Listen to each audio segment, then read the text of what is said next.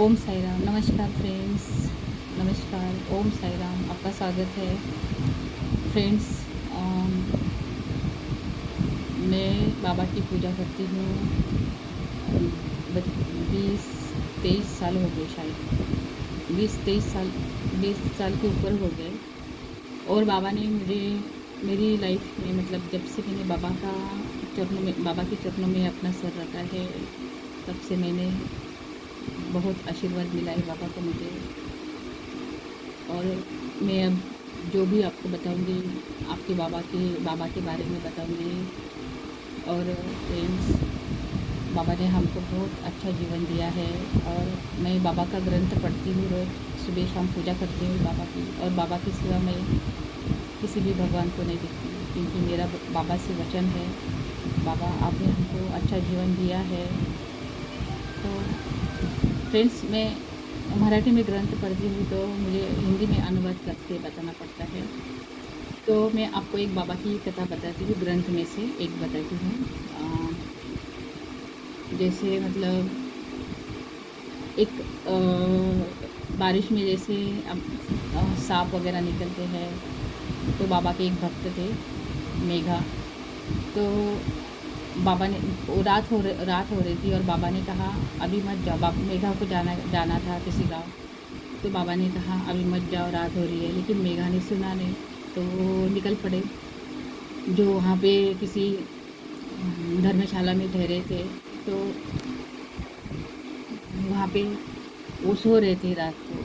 तो वहाँ पे एक उनको ऐसा कुछ लाइट नहीं थी। उस ज़माने में तो लाइट नहीं हुआ करती थी, ऐसे दिया जलाया करते थे, ऐसे केरोसिन का दिया जलाया करते थे, लालटेन रहती थी, लालटेन जला के रखते थे। जैसे लाइट नहीं होती थी हमारे ज़माने में, अभी जैसे लाइट है वैसे नहीं हुआ करती थी। उस टाइम लालटेन हुआ करती थी केरोसिन से। तो फ्रेंड्स, मेघा जी और उनके दोस्त ऐसे सो रहे थे, तो उनको कुछ ऐसे आवाज़ आई, ऐसे कुछ ऐसे फड़फड़ाने की।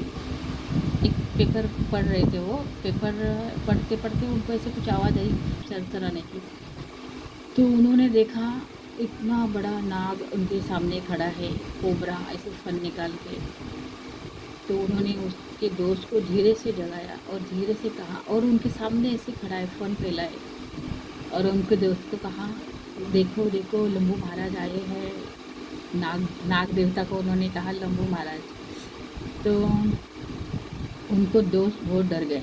ऐसे इतना बड़ा, ऐसे विकराल, ऐसे ऐसा बड़ा, मतलब जबड़ा फैलाए, जो कोबरा सामने बैठा है, बाप रे, अब कभी भी वो हमला कर सकता है। तो मेघा जी और उनके दोस्त बाबा जी को बोल रहे हैं, बाबा जी बचाओ, साईं बाबा बचाओ हमको, ये क्या संकट है, हमने आपकी बात नहीं मानी, बाबा हमको बचाइए।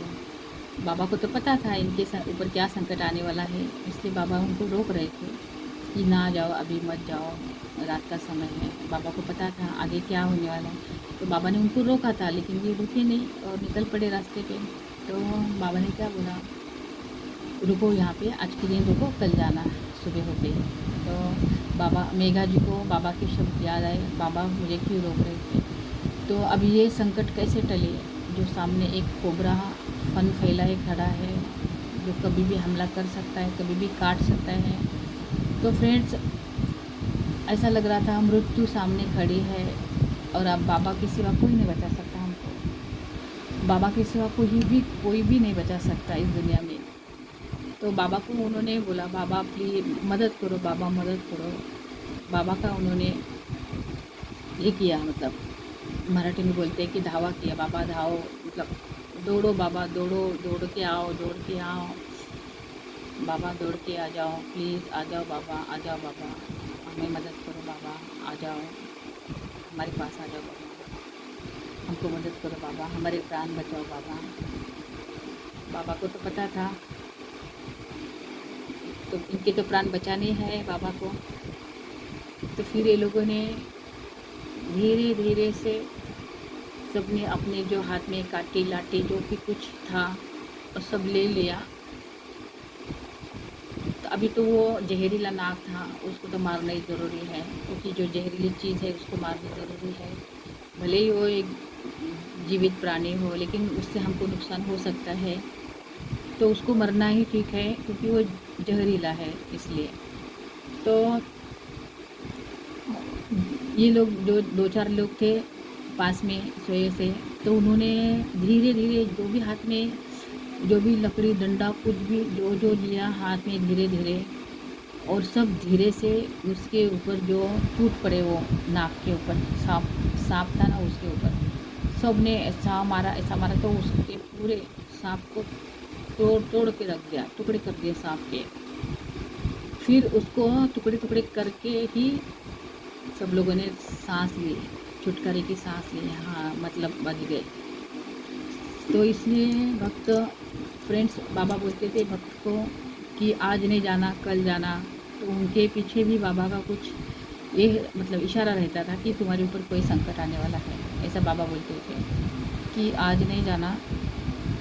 मतलब जो बाबा को मिलने आते थे भक्त, तो बोलते थे बाबा हम आज निकले, बाबा बोलते थे आज नहीं निकलना, कल जाओ, कल कल का मुहूर्त अच्छा है। क्योंकि उनको पता था बाबा को इनके साथ कुछ गलत घटना होने वाली है रास्ते में। तो बाबा जी क्या बोलते थे कि बच्चों आज नहीं निकलना है। बट कोई कोई नहीं सुनता था, कोई कोई बाबा की बात नहीं सुनता था और निकल पड़ते थे। तो ऐसे एक फैमिली थी, एक ऐसी फैमिली थी जो उनसे मिलने आई थी, बाबा से मिलने आई थी। तो उन्होंने बोला कि बाबा मुझे आज निकलना है। बाबा ने कहा रुको, आज मत जाना, रुको 2-4 दिन। लेकिन उन्होंने बोला, मुझे मुंबई से आई थी फैमिली वो, तो मुझे उन्होंने बोला कि मुझे काम है, मतलब मेरे ड्यूटी है वहाँ पे, मेरी नौकरी है, मुझे आज जाना पड़ेगा इस वजह से। तो वो निकल पड़े, वो निकल पड़े। तो वो जो बैलगाड़ी में जा रहे थे, तो रास्ते में उनकी बैलगाड़ी के जो ये थे ना, मतलब व्हील, चाक, चाक बोलते हैं उसको, क्या बोलते हैं आप मराठी में उसको चाक बोलते हैं, व्हील, इंग्लिश में व्हील बोलते हैं, हिंदी में मतलब टायर, जैसे टायर रहते हैं गाड़ी के, वैसे वो बैलगाड़ी के भी ये रहते हैं मतलब। तो वो अचानक से उसकी खील निकल गई और वो निकल के दूर गोल गोल गोल गोल घूम के जा के दूर गिरा। और वो गाड़ी, बैलगाड़ी थी, वो ऐसे एक साइड में ऐसे लुढ़क गई। तो थोड़ा सा लगा उनको, थोड़ा सी चोट आई। उनकी वाइफ भी साथ में, उनकी घरवाली थी, उनको भी थोड़ा सा खरोच आई, थोड़ा सा ये लोग को थोड़ा थोड़ा चोट आई। तो इनको ऐसा लगा बाबा की बात मानते। अब रास्ते में तो कोई वो बनाने वाला भी नहीं है लोहार, पहले जैसे मतलब बैलगाड़ी के वो लोखंड के बनाते थे, तो कील टूट जाती थी तो वो बनाते थे, वैसे कोई मिल नहीं रहा था। तो वो रास्ते में ऐसे फंस गए बेचारे। तो ऐसा लग रहा था अगर बाबा की बात मानते, वहीं खाना पीना खा के मस्त सो जाते, आराम करते। लेकिन नहीं, उन्होंने बात नहीं मानी और आधे रास्ते में जाके उनकी बैलगाड़ी का जो ये था, चाक, टायर था, वो टूट गया रास्ते में। तो उनको बहुत अफसोस हुआ कि हमने बाबा की बात नहीं मानी। बाबा का रोकना भी हमारे लिए एक आशीर्वाद होता है। अगर बाबा बोलते हैं अभी जाओ, अभी जाओ, वो भी एक आशीर्वाद होता है। बाबा बोलते हैं कि तुम अभी जाओ, चलो जाओ, अभी जाओ, तो उसमें गुस्सा नहीं मानने का, क्योंकि उसमें भी एक आशीर्वाद होता है। और बाबा बोलते हैं कि अभी मत जाओ, उसमें भी एक आशीर्वाद होता है। तो वो फैमिली ने क्या किया, जैसे तैसे उनका गाड़ी चालू किया, जैसे मतलब कैसे पता नहीं। तो उन्होंने एक सबक लिया कि बाबा का जो शब्द होता है उसे कभी ठुकरा के नहीं आना चाहिए ऐसे। और एक उनके एक भक्त थे जो मुंबई से ही है, मुंबई से थे। तो वो गए, जैसे उन्होंने शिरडी में पैर रखा, शिरडी में पैर रखा, और जैसे ही बाबा के चरण छुए तो बाबा ने उसको बहुत गुस्सा किया और कहा चलो निकल जाओ, चलो निकल जाओ यहाँ से, जल्दी जाओ यहाँ से, निकलो निकलो। तो उसको बहुत बुरा लगा, उसको लगा बाबा मेरे पे गुस्सा हो गए। उसको दुख हुआ कि बाबा ने मुझे ऐसा क्यों कहा। अभी तो मैं आया, अभी तो मैं रुकने वाला था 8 दिन बाबा के चरणों में सेवा करता बाबा की। मैं बाबा को अच्छे अच्छे मतलब बाबा की बातें सुनता, लेकिन 8 दिन रुकने का उसका प्रोग्राम था। लेकिन बाबा के चरण छूते ही उसने कहा, मतलब बाबा ने कहा कि चलो निकलो यहाँ से, चलो निकलो। तो बाबा ने ऐसा क्यों किया, वो बहुत दुख भरे इससे, उसको बहुत दुख हुआ और वो निकल पड़ा।